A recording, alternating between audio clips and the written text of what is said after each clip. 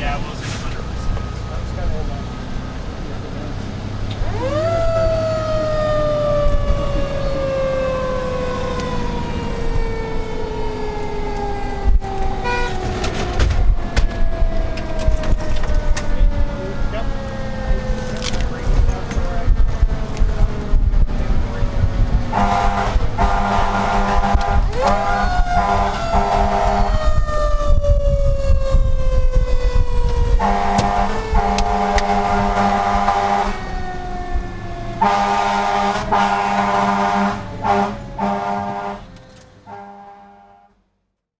As a career, I work full-time on an ambulance, and I'm also a part-time firefighter in the time being while I'm searching for a paid full-time career position.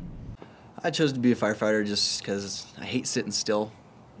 I like being up doing stuff, doing manual labor. Playing hockey all those years kind of got me into the team mentality, and working at a firehouse, you're basically just on a team for life.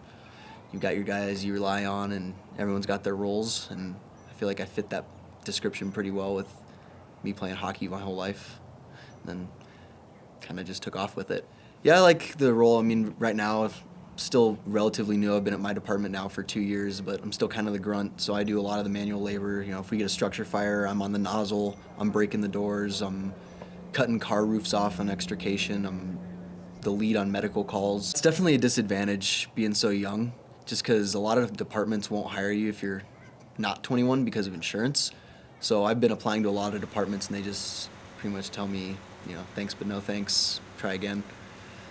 But the other side of that is, you know, I'm young and I'm moldable, and they can kind of turn me into what they want, whether they want me to be a guy that rides on the truck and cuts holes in roofs, or the guy on the engine that goes into the structure, or a paramedic. I think a lot of the trust that I've gained was doing our live burns and going into burning buildings with the guys and just showing them I actually know what I'm doing, and I'm not just, you know, another leaf in the wind.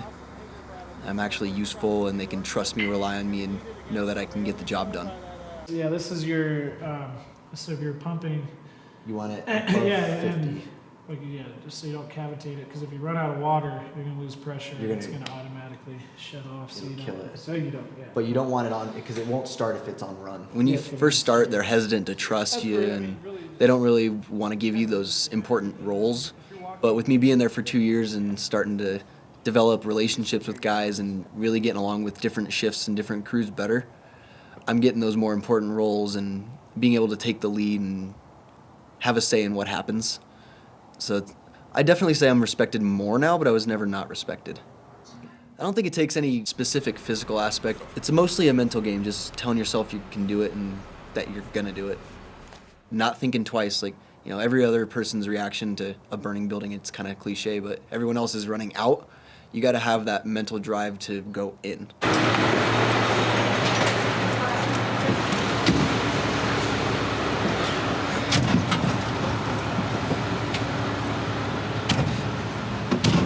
Unconscious?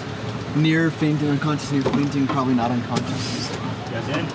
Yep.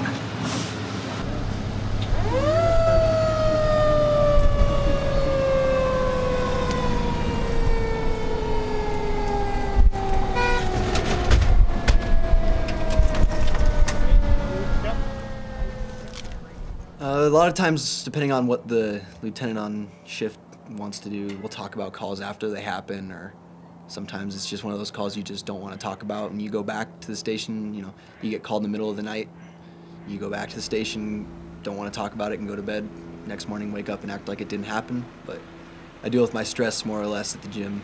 It's a good, healthy way for me to take out some of that kind of built up emotion, be able to push it out in a different way. That's why I got into this. Is, yeah, I sit on an ambulance for hours and hours and hours a day, or ride backwards on a fire truck for hours a day, but I'm up doing stuff. I'm physical. I'm not sitting all day, you know, shuffling papers. It's not something I'm interested in. Yeah, I'm pretty satisfied with myself right now. You did good. I just had to show you that I know what I'm doing.